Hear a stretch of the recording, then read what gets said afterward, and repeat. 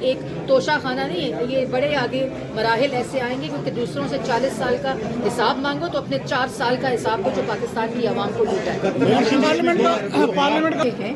جو چوریاں، جو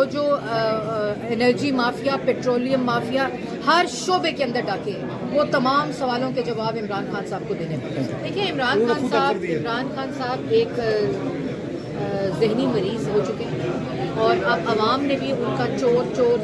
کا جھوٹا بیانیہ جو ہے وہ سننا بند کر دیا. آج آپ نے دیکھا ہے نا کالج کے اندر کیا ہوا کہ بچیوں کو فورس کر کے بٹھایا گیا اور اس کے بعد اور یہ جو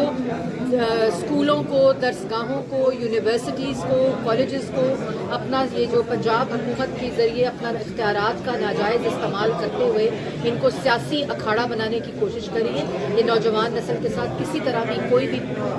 اس کے ساتھ کوئی اچھی بات نہیں ہے، لیکن مجھے یہ خوشی ہے کہ جو نئی نسل ہے، جو نئے نوجوان ہیں، بچے ہیں، اسٹوڈنٹس ہیں، ان کو معلوم ہے کہ انہوں نے بالکل کسی کی پالیٹکس کا اور وہ پالیٹکس جو مسلم ملک کے اندر تقسیم کرے، انتشار پھیلائے، فساد پھیلائے صرف اپنے ذاتی اقتدار کے لیے، کیونکہ یہ وہی شخص ہے، یہ بچے جانتے ہیں کہ یہ وہی شخص ہے جو 2018 میں ملک 6.1% میں ترقی کر رہا تھا، 3% کے اوپر مہنگائی تھی، ملک میں 14,000 میگا واٹ بجلی بن چکی تھی، ملک میں سی پیک کے منصوبے آ کے نوجوانوں کو روزگار مل رہا تھا، ہیلتھ کارڈ تھا، نوجوان پروگرام تھا جو پرائم منسٹر کا تھا، اور یہ تمام چیزیں موٹر ویز بن رہے تھے، ڈیولپمنٹ ہو رہی تھی، ترقی ہو رہی تھی. اسی شخص کی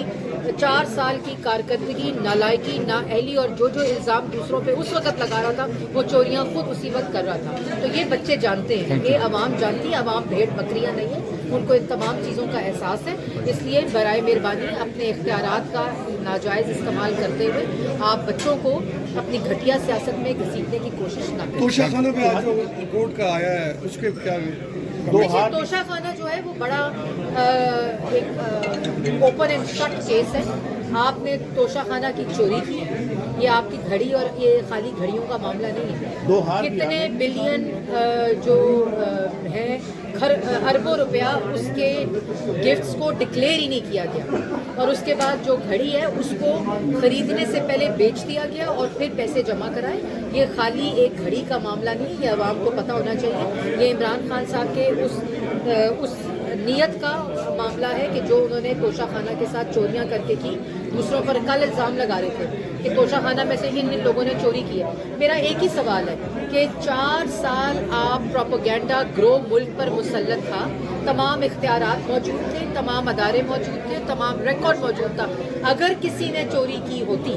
اگر کسی نے آپ نے جو الزام لگائے تو آپ کو 4 سال میں ایک بھی ثبوت دے کر وہ چوری ثابت کرنی چاہیے تھی. اب الزام سے بات نہیں بنے گی، اب آپ اپنے الزامات اور اپنے جو جرائم ہیں ان کا جواب دیں گے، جس کی